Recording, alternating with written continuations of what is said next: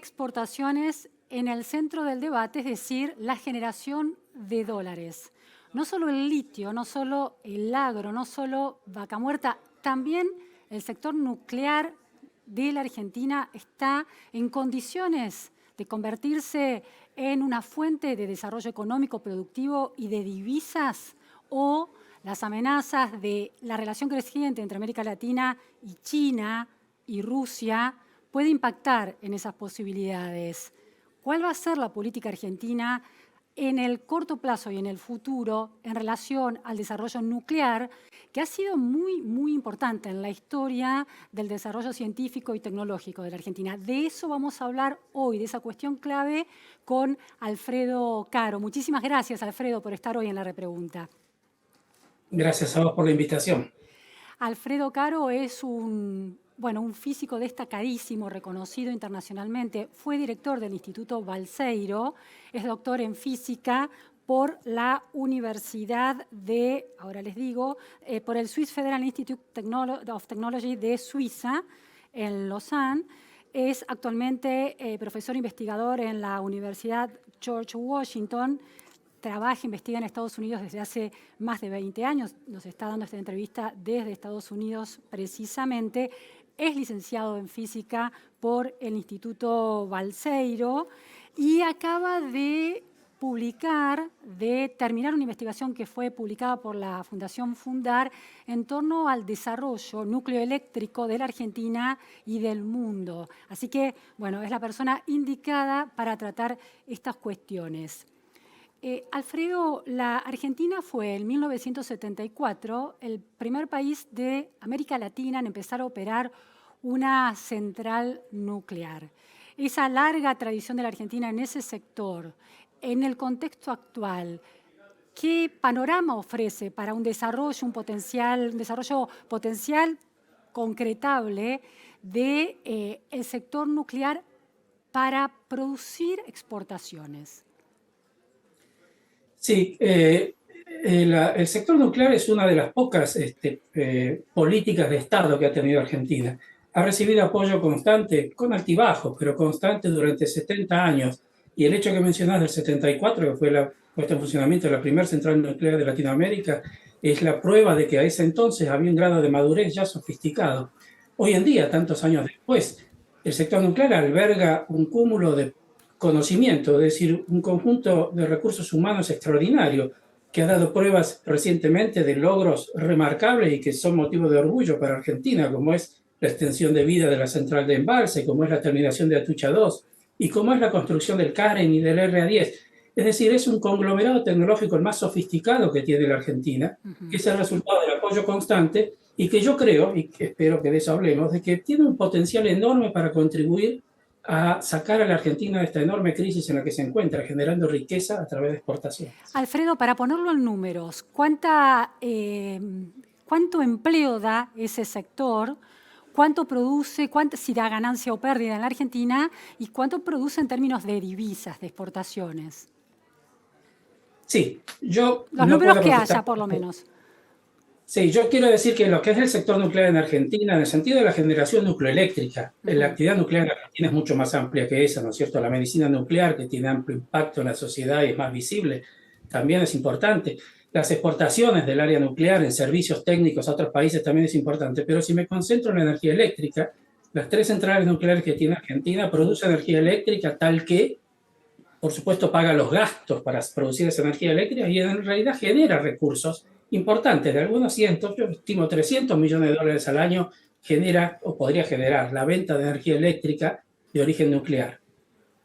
Pero es decir, no solo las 3 centrales, no solo la CONEA y las empresas del sector nuclear, sino un montón de pymes que también participaron de estas actividades como la extensión de vida de embalse, la terminación de Atucha 2. Hay una especie de ecosistema, ¿no es cierto?, de industrias y entidades estatales, públicas y privadas, que componen ese conglomerado. ¿Cuántas personas hay? No sé, pero algunos miles, es decir, CONEA tiene 3.000, NASA tiene de ese orden, CONUAR, Dioxitec, INVAP, hay muchas empresas, así que son varios miles que en conjunto deben generar una importante cantidad de empleo de alta calificación y bien remunerado. Claro, importante lo que señalas, la comprensión de ese sector en términos de ecosistema, de cómo a lo largo de la cadena de valor productiva genera empleo. Ahora, en términos de la energía nucleoeléctrica, digamos que es un sector en la generación de energía eléctrica a partir de estos grandes reactores, Atucha 1, Atucha 2 y Embalse, es un sector rentable, da más ganancias que pérdidas. Esa pregunta es oportuna, pero de difícil responder. Es decir, hoy en día, si uno mira lo que cuesta generar energía nuclear y lo que vale en el mercado eléctrico, es un sector rentable. Pero hay que tener en cuenta que uno dice esto porque las centrales pertenecen al Estado Nacional, es decir, han sido pagadas por presupuesto público hace muchos años, Claro. no hay deuda a ellas. Y por otro lado, tampoco se cuenta, cuando uno calcula el costo, lo que va a costar dentro de muchos años desmantelarlas y eventualmente disponer en un repositorio definitivo los residuos nucleares. Es decir, el balance entero de la energía nuclear indica que barata no es. Pero si hoy en día uno saca una foto en Argentina, la energía nuclear hoy genera recursos genuinos para la Argentina, que la coyuntura actual podría aprovecharlos, como espero que podemos desarrollar en esta charla. Es una actividad que genera recursos genuinos. ¿Qué quiere decir recursos genuinos? ¿Qué quiere decir que genera recursos genuinos? Quiero decir que si la energía nuclear, el sector nuclear produce un producto, que es la energía eléctrica, que tiene un valor en el mercado. Hay muchos generadores de energía eléctrica en Argentina, basados en el gas, en el agua, Sí. solar, eólica. El nuclear es uno de ellos. Produce energía eléctrica que tiene un valor. Ese valor, cuando uno sustrae el costo de operación y mantenimiento, es decir, el costo de generar esa energía eléctrica, queda un saldo muy importante, varios cientos de dólares. Bien. Que hoy en día están disipados en el sistema por cómo funciona CAMESA y demás, pero es un recurso que se puede identificar claramente como generación genuina de riqueza. Bien.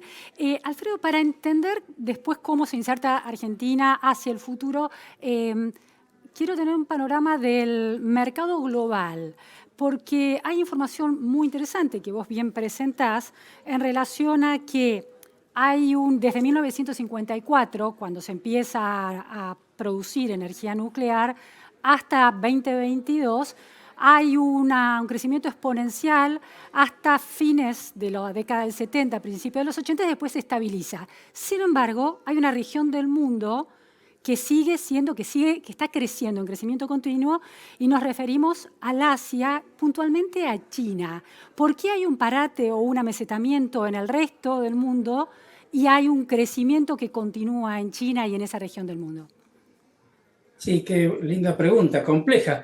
El crecimiento nuclear hoy en día, en la última década o así, se ha dado en Asia y fundamentalmente porque el crecimiento económico de China, que crece mucho más que el promedio mundial. ¿Cuánto crece en una década Estados Unidos y Europa comparado con lo que crece China? Es muy distinto. De manera que China tiene una necesidad energética que crece mucho más rápido que la media mundial. Y como China no tiene gas, no tiene mucho petróleo, creo que nada, y utiliza carbón para generar energía eléctrica, la opción nuclear para ellos es una ventaja porque están contaminando, es el primer productor de gases de efecto invernadero, pero además tiene orina en su ciudad y se puede respirar. Entonces la transición energética para ellos es mucho más relevante que para otros países. Y entonces se están adoptando en todas las fuentes. En renovables generan una cantidad mucho mayor que en nuclear de energía eléctrica, pero el nuclear en particular es el país que más desarrollo está teniendo en estos años. China es un país muy agresivo tecnológicamente, es decir, ellos han invertido esfuerzo económico e intelectual en el desarrollo de casi todas las tecnologías, y en particular de Canadá han importado la misma que tiene Argentina, que es CANDU. Y ellos tienen varios reactores CANDU de Canadá, pero han importado también reactores de todos lados. El principal producto de exportación, que es el Wallon 1 que quiere vender a Argentina, es derivado de una tecnología francesa. Ellos han comprado todas las tecnologías de todos los proveedores con acuerdos que les permiten explotar después en casa, digamos, esas tecnologías y tener sus propios productos. Y así hoy en día, siguen importando reactores nuevos, pero también hoy exportan su propia tecnología. Están en todos los rubros ellos, es tremendo. ¿Quiénes son los principales países exportadores de reactores actualmente? Eso es interesante porque en realidad son muy pocos. En el mundo el que lleva el máximo de exportación es Rusia. Rusia provee reactores esencialmente a países en Asia y las ofrece con un mecanismo en el cual se ocupan del combustible gastado, se ocupan del combustible fresco, de proveerlo, y a veces se ocupan de operar la central e incluso de ser propietarios. en algunos casos. Entonces, en la actualidad, creo que hay 11 reactores en construcción fuera de los países que los producen. 11 reactores Rusia fuera de Rusia, y hay muy poquitos reactores chinos fuera de China, creo que no hay ninguno. Entonces, el que principalmente es Rusia, después China, y Corea. Corea del Sur es muy exitoso, es lo que lo hace más barato y más rápido, Corea del Sur. Hay muchos... Y después no hay más. Claro, porque Alemania lo era en un momento, o Canadá lo era en un momento, pero se retiraron. Alemania vendió su empresa, Siemens dejó de exportarlos, de fabricarlos y de exportarlos, con las decisiones políticas de abandonar la energía atómica, por ejemplo. Sí, el hecho de no estar más en el mercado es anterior a estas decisiones que surgieron post-Fukushima, ¿no?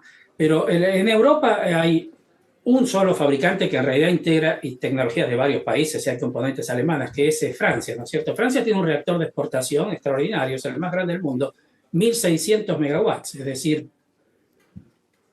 4 veces lo que es Atucha 1 y demás. Es un reactor enorme. Pero les ha ido un poco mal en Finlandia y en la propia Francia. Ahora se están recuperando y les ha ido mal porque han perdido la capacidad, el know-how. La gente se les ha jubilado por este parámetro en la actividad nuclear, algo importante para Argentina también. Entonces, Francia tiene un reactor europeo que se llama EPR de 1.400 megawatts, que es el producto de exportación francés que contiene tecnología de todos los países. Y Estados Unidos tiene el suyo también, al cual también le fue mal haciendo aquí en Estados Unidos reactores que fallaron, nos demoraron más tiempo, costaron más dinero. Pero se están recuperando, hoy son competitivos, por eso Francia, Estados Unidos, Rusia, China y Corea son los 5 países que venden reactores.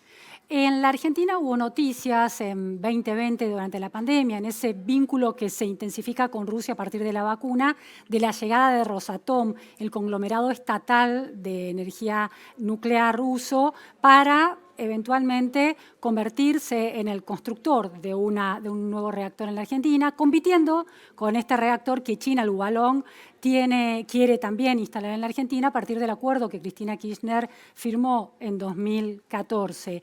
Hay grandes debates en la Argentina sobre esas cuestiones y pasan por cuestiones técnicas y por cuestiones estratégicas que están vinculadas. Vamos a tratar como de ir cortando ese gran elefante en pedacitos.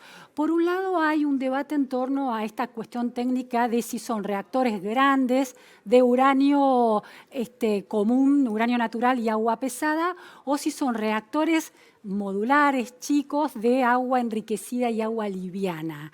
¿Qué diferencias hay entre uno y otro en términos de posibilidad de exportación y en términos de costos y de oportunidades para el desarrollo de, por ejemplo, la Argentina? Una pregunta bien compleja. Vamos a ver si por parte la puedo responder. En primer lugar, el interés de Rusia.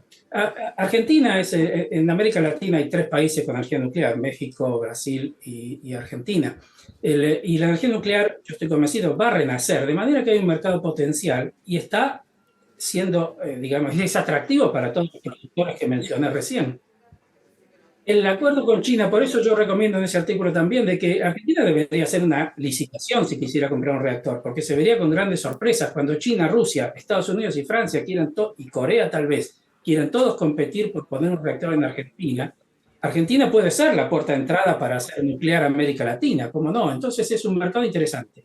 Pero Argentina tiene compromisos con China complejos en los cuales el reactor es una parte de ellos. Y entonces es la oferta que se ha considerado.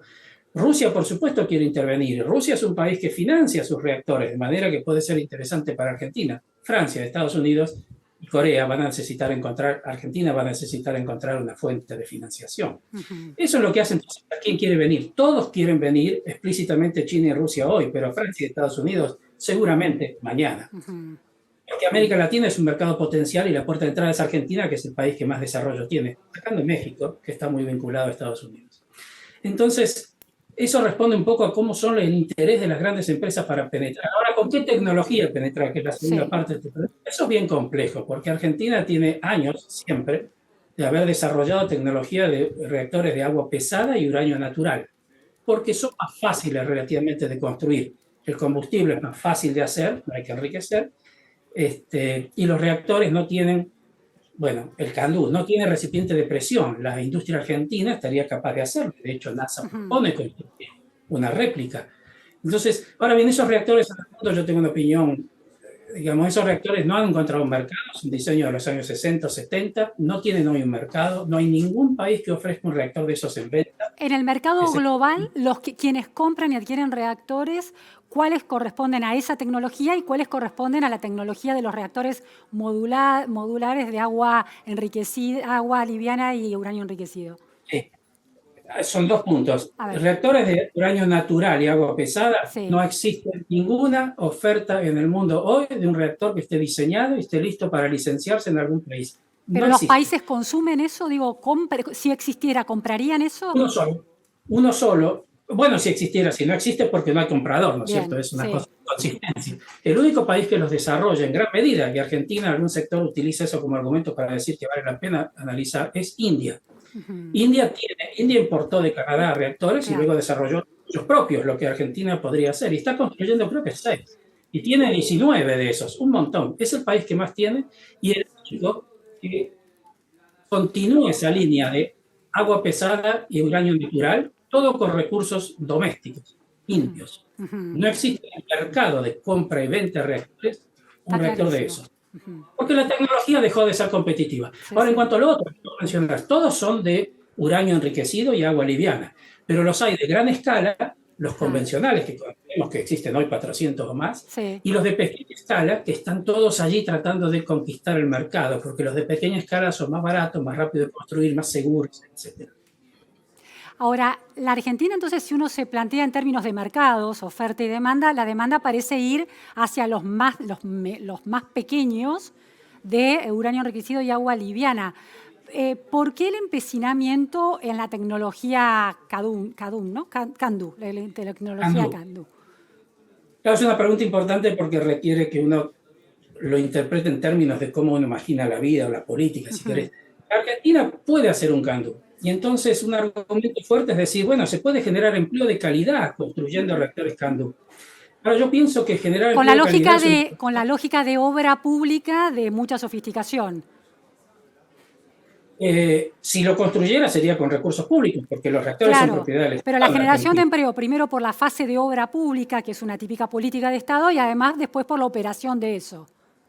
Sí, la operación son algunos cientos, pero la construcción, que lleva 5 o 8 años, son miles de empleos y muchas, ¿no es cierto? Es relevante, pero la creación de empleo, a mi juicio, es una condición necesaria, pero no suficiente para el bien común.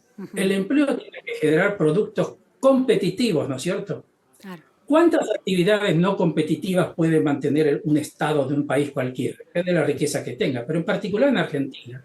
Yo creo que en la situación que está Argentina, mantener actividades que produzcan energía eléctrica mucho más cara que la que se puede obtener con otras fuentes en Argentina no le hace un bien al país como un todo, le hace un bien al sector nuclear, claro. En sí, yo pienso que Argentina no necesita reactores nucleares de gran potencia. De pequeña potencia, por el contrario, que tiene el CAREM.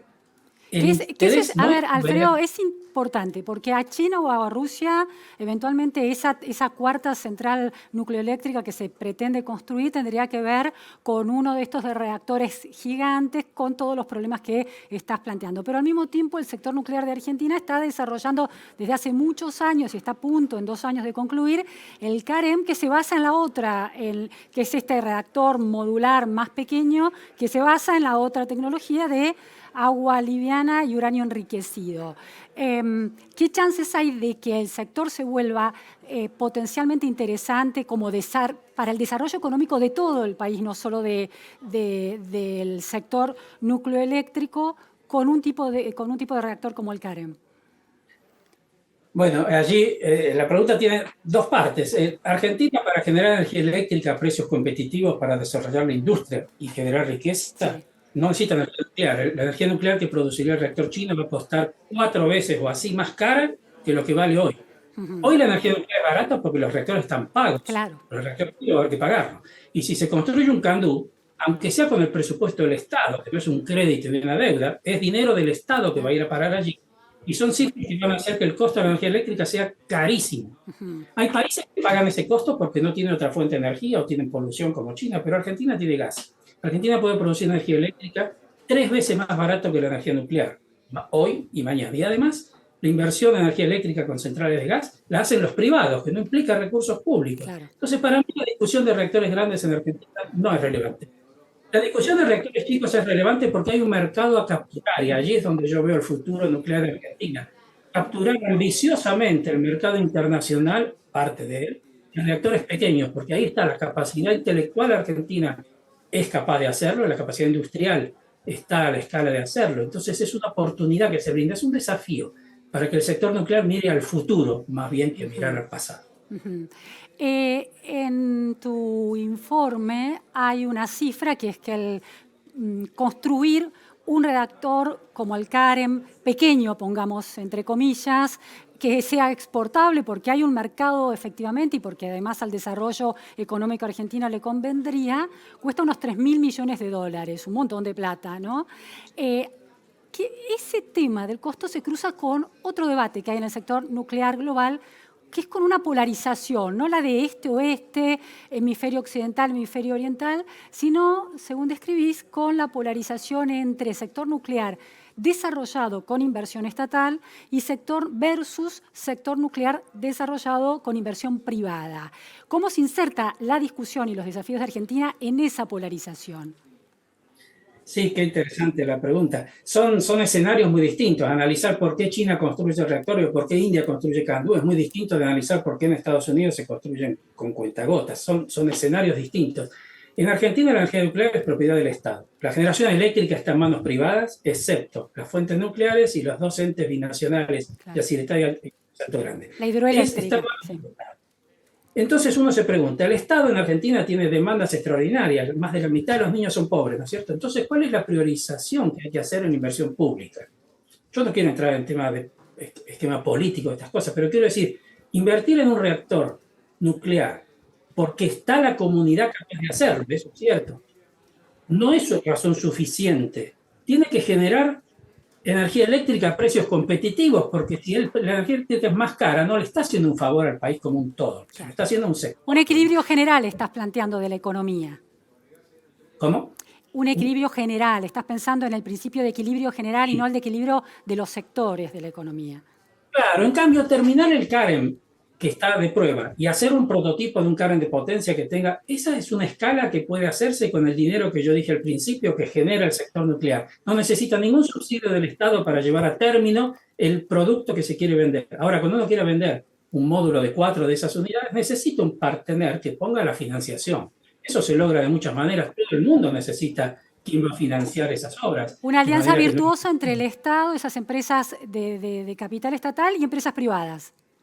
Totalmente. Sean inversores que están interesados solamente en la inversión y lo hace, o sean empresas que puedan, empresas gigantes, que Argentina tiene algunas, que pueden estar interesadas en participar de la construcción y eventualmente incluso de la financiación de esos reactores. ¿Qué empresas privadas gigantes? Alfredo, ¿a qué empresas privadas gigantes te referís de Argentina en ese? A Pérez Compán y a Techin, que son dos empresas vinculadas. Fíjense, Techin en 6 meses construyó 500 kilómetros de gasoducto, quiere decir, una capacidad industrial extraordinaria. Empresas de esa escala internacional que saben hacer negocios internacionales son las que tienen que tomar la iniciativa para hacer del CAREM un producto comercial. Entidades como CONEA, que tiene recursos humanos valiosísimos para el país, no tienen expertise de hacer de un producto, de hacer un desarrollo tecnológico un producto comercial. Es otro campo de acción, es un expertise que está en otro lado. Alfredo, es muy interesantísimo la perspectiva que estás poniendo sobre la mesa y ahí hay un punto muy central que es la discusión científico-tecnológica en la Argentina, muchas veces muy polarizadas en términos ideológicos y a veces olvidando mucha racionalidad como la que planteas. ¿Cuánto se resistiría el sector de investigación nuclear y nucleoeléctrica en la Argentina a una alianza entre las organizaciones nucleares de la Argentina y ese conocimiento que el Estado ha financiado durante décadas con empresas privadas? Porque siempre está el concepto de el riesgo de perder la soberanía, de perder un rol protagónico del Estado como protector de los intereses de todos. Vos estás dando una perspectiva mucho más integrada, pero ¿cuánta resistencia hay efectivamente entre los actores, sobre todo del Estado, en relación a la perspectiva que vos señalás? Interesante también la pregunta. Hay que entender que lo que yo imagino como negocio nuclear es un negocio de una escala que Argentina no tiene ninguno. En Argentina no hay experiencia de vender productos fruto de la economía del conocimiento, digamos, por miles de millones de dólares, de manera que no hay antecedentes para estudiar. INVAP exporta reactores de centenas de millones de dólares y hay que ver cómo se asocia INVAP para que quien lo financie, el país que compra en general, y quién lo construye, en Australia, en Holanda, quién construye. ¿Cómo son las asociaciones de INVAP? ¿Cómo son las asociaciones, estas uniones de empresas que se hacen para hacer grandes obras? Exportar un reactor requiere obtener la financiación y obtener la capacidad de una empresa de gestionar un proyecto de esa magnitud. Eso es natural que no esté en manos, o que sea una expertise que no está en manos de instituciones como la CONEA, ni siquiera NASA, que no tiene experiencia en exportación de esta escala. Sí, sí. Hace falta incorporar partners que sepan de convertir un producto en un negocio. Claro. Eso está ausente. Pero es importante hacerlo y rápido, porque lleva años establecer un contrato para vender un reactor a otro país. Habría que empezarlo ya. De hecho, es tarde. Se ha dejado mucho tiempo antes de que el Karen 25, que es un prototipo, se sigue poniendo, y la CONEA acaba de decir que lo va a inaugurar en el año 28, en 5 años. Claro, y hay competencia internacional que ya lo está desarrollando. En 5 años, Corea construye un reactor de 1.400 megawatts de cero a enchufarlo a la red. Entonces, no puede un reactor que ya está al 60% de necesitar 5 años para terminar un prototipo de 20 megawatts. 80 veces menos que el que haría Corea en ese periodo. El reactor Karen 25 tenía que terminarse mañana. Yo estimo un par de años, poniendo todos los recursos humanos que tiene NASA, CONEA, INVAP para terminarlo. Y luego desarrollar paralelamente un reactor de escala comercial, porque este es un prototipo, en un plazo perentorio también, de manera que al final de esta década se esté en condiciones de haber exportado un reactor Karen el primero. Y yo creo que si se abriera el mercado latinoamericano con una asociación con Brasil que produciría el uranio enriquecido que Argentina no tiene, se podría ocupar un mercado donde la afinidad cultural, idiomática, etcétera, jugaría un rol en beneficio respecto de la competencia con China, Rusia o Estados Unidos. Alfredo, 3 últimas preguntas. La primera es, mencionaste Brasil, cuando Argentina en el 74 se convierte en el primer país latinoamericano en operar una central nuclear. Bueno, Brasil tarda unos 10 años en operar una central nuclear. ¿Cuál sería el rol de Brasil hoy? ¿Hubo pactos históricos entre el presidente Alfonsín y el presidente Sarney para no competir en términos nucleares y tener casi como una alianza también en términos de seguridad? ¿El rol de Brasil en este desarrollo de Argentina cuál debería ser? Porque Bolsonaro también le dio un impulso, ¿no?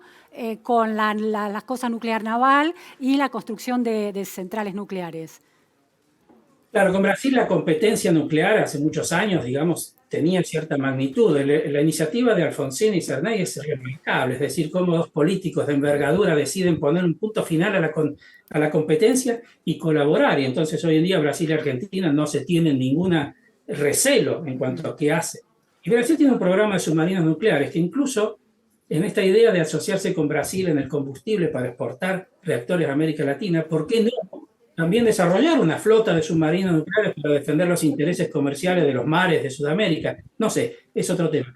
Pero Brasil tiene la única fábrica de uranio enriquecido que hay en la región. Es costosísima. La han hecho con tecnología alemana, al igual que los reactores brasileños, que son alemanes. Esa planta está. Argentina debería contribuir a que esa planta crezca y sea la productora del combustible que van a necesitar los Karen para América Latina o para el resto del mundo. Alguien tiene que proveer. Y esa asociación podría fortalecer al sector nuclear latinoamericano enormemente. Segunda de las últimas 2, la segunda tiene que ver con las posibilidades estructurales de cómo el mundo se está organizando, cambio climático, la necesidad de descarbonizar la economía y, por el otro lado, guerras. ¿Qué oportunidades tiene la energía nuclear en ese contexto? Sí, ahí depende de la región del país, ¿no es cierto? Alemania se toma como ejemplo que después del accidente de Fukushima decidió cerrar las centrales y lo hizo. Y hoy en día, sin el gas ruso, tiene dificultades. Así que allí es un problema y tal vez vuelvan. Y hay muchos países que están tendiendo a volver. Hoy en día se firman memorandos de entendimiento, cartas de intención, todos los días. En el mundo nuclear está habiendo unas intenciones de compra y de venta enormes, una actividad muy grande. Demora años en realmente empezar a fabricar reactores. En Argentina, en cambio, la transición energética, yo como lo dije antes, Argentina es un país que es un jugador muy menor. Argentina, creo que yo hice la cuenta alguna vez, produce el 0,1% de los gases de efecto invernadero del mundo a través de la generación eléctrica. De manera que penalizar a Argentina generando energía más cara, nuclear, la energía nuclear es más cara. En Europa va a costar 2 veces más que el valor promedio de hoy. El reactor de Finlandia, que arrancó hace unos días, el reactor de Hinkley Point C en Inglaterra, que va a arrancar dentro de pocos años, vale el doble. Es decir, el mundo está preparado a pagar el doble por la transición energética. Nosotros no necesitamos pagar el doble porque no somos un jugador de relevancia. Quiero decir que sacrificar la economía para emitir menos gas no va a poder ser medido si tiene el efecto en el mundo por la actitud. Y por otro lado, Argentina tiene la segunda reserva de gas del mundo, es decir, la electricidad en Argentina va a ser muy barata y va a ser producida por fondos privados. Entonces, para mí, Argentina no tiene interés en comprar un reactor. Si hay que desarrollarla es para desarrollar el frente exportador, no para alimentar eléctricamente al país. Exactamente, es para abrir una ventana de exportación inédita en Argentina, de un volumen que puede ser gigantesco y de altísimo valor agregado, que usa los recursos humanos que Argentina construyó y mantuvo, a pesar de todas las crisis durante décadas. Bien, y la última pregunta tiene que ver con los recursos humanos. En términos, bueno, estás súper vinculado por exalumno y exdirector del Instituto Balseiro, con esa institución clave del conglomerado nuclear en la Argentina. ¿Cómo está funcionando la formación de ingenieros nucleares o doctores en distintas disciplinas que puedan consolidar ese conocimiento sofisticado que se necesita para ese sector? Sí, es muy interesante. En Argentina hay problemas, numerosos problemas, y el problema de la educación se critica mucho de que la educación no es lo que era. La educación a nivel universitario argentina sobrevive a las crisis de una manera remarcable, es de altísima calidad. En particular el sector nuclear, donde está por supuesto el Instituto Balseiro y también el Instituto de CONEA tiene Sábato y Benninson, pero en general el sistema universitario argentino es riquísimo, es una riqueza que tiene Argentina, que tiene que explotar, es decir, desarrollar la industria del conocimiento es clave porque el material humano y de formación está allí, así que yo creo que en Argentina hay pocas instituciones que se salvan de esta destrucción sistemática que hay del respeto a las instituciones, ¿no es cierto? Sí. ¿Quiénes gozan de prestigio en Argentina? Nadie habla de corrupción en el sistema universitario, en INVAP, en CONEA. Hay nichos que son respetados por la sociedad. Un valor enorme para hacer renacer un país a partir de ellos. Clarísimo, muy interesante, Alfredo, realmente, ¿no? Nos muestra una posibilidad de un país que está siempre estancado en sus crisis, tiene un futuro a su alcance y no se concreta, pero el futuro está ahí al alcance, así que se trata de tomar las decisiones correctas. Fue muy interesante escucharte. Muchísimas gracias por estar hoy en la repregunta. Gracias a vos por la oportunidad de participar en tus entrevistas. Gracias. Gracias a todos.